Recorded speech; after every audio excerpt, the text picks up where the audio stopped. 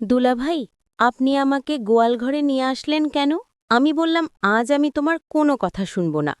তোমার কোনো বাধা আমি আজ মানব না। দুলাভাই, আমি একটা বাচ্চা মেয়ে। আপনি আমাকে যেতে দিন। আমি পারব না আপনার সাথে। তুমি পারো আর না পারো সেটা আমার দেখার বিষয় না। আমি আজ তোমাকে কিছুতেই যেতে দিব না। তারপর দুলাই ভাই আমার সাথে জোর করে বাকি ঘটনাটা গল্পতেই বলছি। আমার বিয়ে হয়েছিল অনিলা নামের একটা মেয়ের সাথে। আমার একটা 10 বছরের শালী ছিল। আমার শালীকে তো আমি বাচ্চা মনে করতাম, কিন্তু সে তো পুরাই নায়িকার মতো। আমার স্ত্রী প্রেগনেন্ট হয়েছিল। তখন সে খুব অসুস্থ হয়ে পড়েছিল। তাই বাড়ির কাজকর্ম ও তার সেবার জন্য আমার স্বামীকে আমার বাড়িতে নিয়ে এসেছিলাম। কারণ আমার বউ যখন চিকিৎসার জন্য হসপিটালে গিয়েছিল আর আমি অফিস থেকে যখন বাড়িতে এলাম, তখন আমার শালী আমাকে বলল, দুলাভাই আসুন, আমরা গোয়ালঘরে যাই। তারপর আমার শালী আমায় গোয়ালঘরে নিয়ে আমার সাথে যা করেছিল তা শুনলে তোমাদের মাথা নষ্ট হয়ে যাবে। আমার বউ অনিলা খুবই চটপটে মেয়ে, আর আমার এরকম মেয়ে পছন্দ। কিন্তু সমস্যা সেই সময় ছিল যখন অনিলা প্রেগনেন্ট হয়। ডাক্তার তাকে বিদেশ নেওয়ার জন্য বলে, কিন্তু ওর ভিতরে ভিতরে খুব দুর্বল ছিল। আমাদের বাড়িতে এরকম কেউ ছিল না যে ওকে বসিয়ে সামলাতে পারে। এই কারণে আমাকে বাধ্য হয়ে আমার শালী সীমাকে আমাদের বাড়িতে রাখার জন্য আমার শাশুড়িকে বলতে হয়। কেননা বাড়িতে শুধু আমি একাই থাকতাম। আমার শুধু এক মা ছিল, সে অসুস্থ হলে শাশুড়ি আমার কথা শুনে আমার সাথে আমার ছোট শালীকে পাঠিয়ে দেওয়ার জন্য রেডি হয়ে গেল।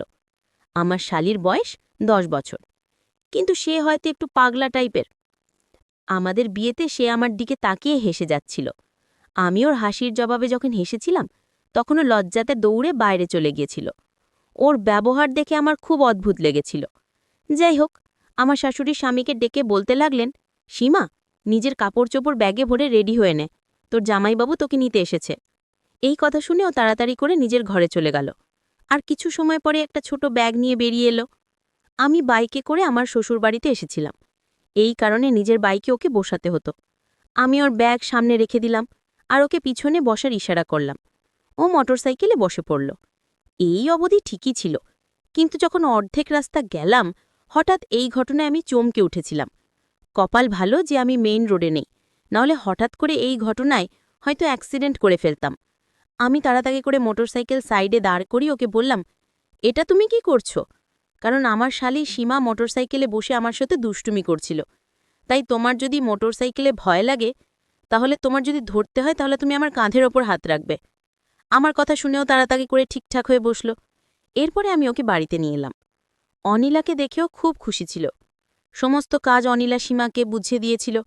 সীমা জল খাবার অদিতির ঘরে নিয়ে দিত, আমার অফিসের কাপড় আয়রন করে দিত। একদিন আমি আমার বাথরুমে স্নান করছিলাম। বেশিরভাগ সময় যখন শরীর খারাপ লাগত, তখন ঘর থেকে বেরিয়ে বারান্দায় গিয়ে বসত। এখনও বারান্দাতেই বসেছিল। আমি বাথরুম থেকে বেরিয়ে হঠাৎ ঘরের মধ্যে সীমাকে দেখার আগে আমার অবস্থা খারাপ হয়ে গেল। হয়তো আমার আয়রন করা কাপড় রাখতে এসেছিল, কিন্তু ও ফিরে যাওয়ার পরিবর্তে ড্রেসিং টেবিলের সামনে দাঁড়িয়েছিল। আমাকে দেখে ও ঘাবড়ে গেল। আমি বললাম, তুমি এখানে কি করছো? কোনো লজ্জা শরম আছে কি তোমার? আমি বললাম, কি? আমি যাও আমার ঘর থেকে। অদ্ভুত বোকামে। সীমা এরকম কথাতেও চোখের জল ফেলতে ফেলতে ঘর থেকে বাইরে বেরিয়ে গেল। আমি রাগে গজগজ করতে করতে নিজের কাপড় পরে যখন বাইরে এলাম, তখনও অনিলার পাশে বসে কান্না করতে বলেছিল। দিদি, আমাকে বাড়িতে রেখে এসো। আমি তোমাদের বাড়িতে থাকতে চাই না। জামাইবাবু সবসময় আমাকে বকতে থাকে। তোমার এই লিপস্টিক আমার ভালো লেগেছিল, তাই তাই আমি একটু লাগাচ্ছিলাম। আমাকে ঘর থেকে বাইরে আসতে দেখে অনিলা আমাকে বলতে লাগল, সুজন, কী সব কাজ করো না তুমি? আমার এই বাচ্চা বোনটিকে শুধু শুধু এত বাজেভাবে বকছো কেন? তোমার বাড়ির সমস্ত কাজের দায়িত্ব ওর উপরে এসে পড়েছে। বিয়ের আগে কোনোদিন আমি ওকে দিয়ে কোনো কাজই করাতাম না, কিন্তু এখনও আমার অসুবিধার কারণে এখানে এসেছে। তাই তোমার নিজের ব্যবহার ওর সাথে ভালো রাখা উচিত, কিন্তু তার পরিবর্তে তুমি সবসময় ওকে বকতে থাকো। আমি অনিলার কোনো কথার জবাব দিলাম না, বরং বকা দেখে অবাক চোখে ওর দিকে তাকিয়ে রইলাম। ওর বোঝা উচিত ছিল যে কোন সময় ওর বোনের কোথায় থাকা উচিত আর কোথায় থাকা উচিত না। আমি জলখাবার না খেয়ে অফিসে চলে গেলাম। আমার হৃদয় থেকে বিরক্তি অনুভব হতো, কেননা ওর কাণ্ড কারখানা কিছুটা সেরকমই ছিল। একবার আমি ক্লান্ত হয়ে অফিস থেকে তাড়াতাড়ি বাড়িতে এসে দেখলাম সীমার ঘরের দরজা বন্ধ। আমার মনে হলো হয়তো নিজের ঘরে আছে। আমি নিজের ঘরে ঢুকে দেখলাম অনিলা চাদর দিয়ে মুখ ঢেকে ঘুমিয়ে আছে।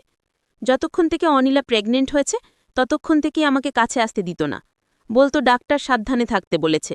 যদি ওকে দেখে আমার হৃদয়ে অন্য কিছু করার ইচ্ছা হতো, তাই আমি দরজা লক করে অফিসের ব্যাগ এক সাইডে রাখলাম আর বিছানায় উঠে সীমার পাশে গিয়ে শুয়ে পড়লাম। তখন সে বলল, দুলাভাই, আপনি আমার রুমে কেন? আপনি এখানে কেন এসেছেন? আপনার সাথে আমার আর কোনো কথা নেই। আমি বললাম, তুমি এমন করছো কেন? তুমি আমার সাথে কেন রাগ করছো? তখন সীমা বলল, দুলাভাই, আপনি আমার সাথে শুধু ব্যবহার খারাপ করেন। আমি বললাম, ঠিক আছে, আমি তোমাকে আর কখনো বকা দিব না। তখন সীমা বলল, তাহলে দুলাভাই আমার একটা কথা রাখবে। আমি বললাম, কি কথা? সীমা বলল, দুলাই ভাই, আপনাদের গোয়াল ঘরে কি থাকে? আমি বললাম, গোয়াল ঘরে তো শুধু গরু থাকে। আমার শালি তখন বলল, তাহলে দুলাভাই, ওই গোয়াল ঘরে আমার একটা কাজ আছে আপনার। আমি বাচ্চামের কথা শুনে অবাক হলাম, বলে, কি গোয়াল ঘরে কেন? সীমা বলল, গেলেই বুঝতে পারবেন। এর কিছুদিন পর আমি অফিস থেকে ফিরে এসে দেখলাম আমার স্ত্রী কোথায় জানি গিয়েছিল। আমি বললাম, তুমি কোথায় গিয়েছিলে? ও বলল, আমার পেটে খুব অস্বস্তি হচ্ছিল, এই কারণে পাশের বাড়ির মাসিমাকে নিয়ে ডাক্তারের কাছে গিয়েছিলাম।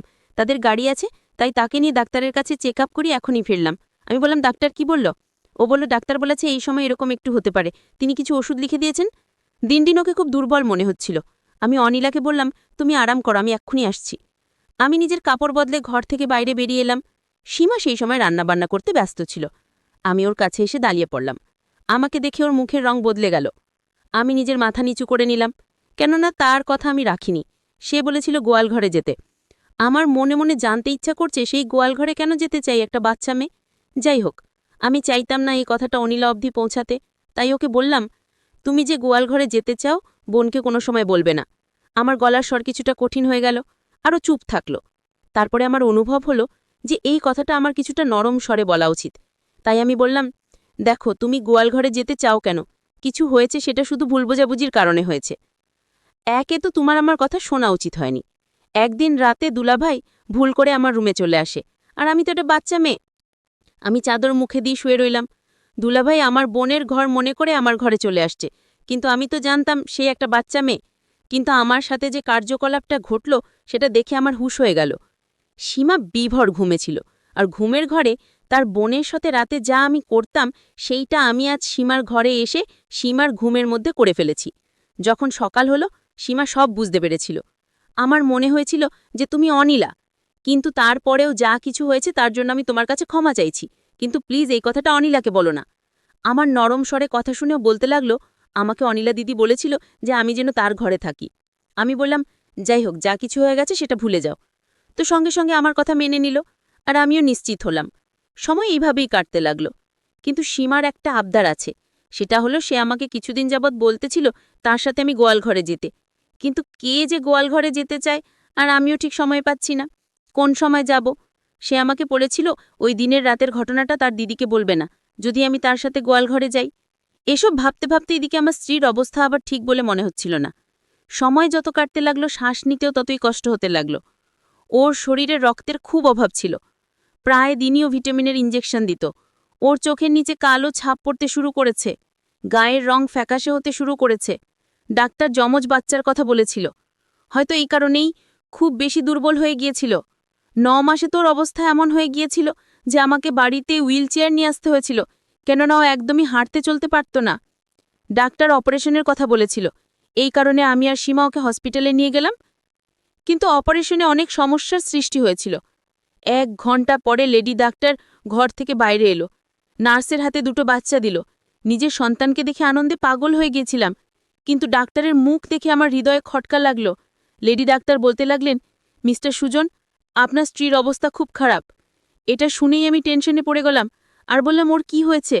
তখন তিনি বলতে লাগলেন যে ওর সার্ভাইভ করতে পারছে না, ওর কাছে অল্প কিছু সময় আছে, আপনি প্লিজ গিয়ে তার সাথে দেখা করুন। এটা শুনেই যেন মনে হলো আমার পায়ের নিচ থেকে মাটি বেরিয়ে গেছে। আমি বললাম, এসব আপনি কি বলছেন? কিছুই হতে পারে না। আমি দৌড়ে তার কাছে এলাম এবং দেখলাম খুব কষ্টের শ্বাস নিচ্ছিল। আমি তার কাছে গেলে ওর চোখ থেকে জল গড়িয়ে বালিশে প্রবেশ করেছিল।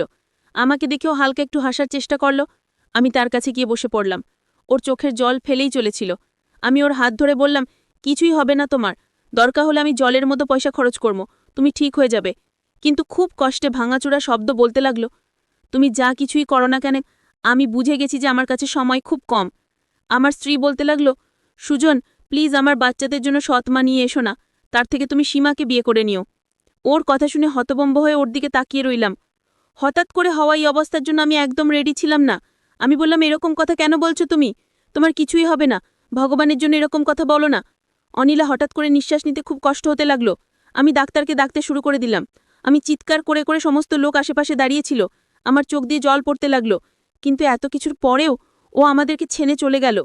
আমার গণনা তো সেই সমস্ত পুরুষদের মধ্যে হয়তো যারা নিজের স্ত্রীর জন্য সমস্ত স্বপ্ন, সমস্ত আবেগ কন্ট্রোল করতে পারে না। এর সাথে আমার এরকমই বন্ধন ছিল। ওর শান্ত স্বভাব,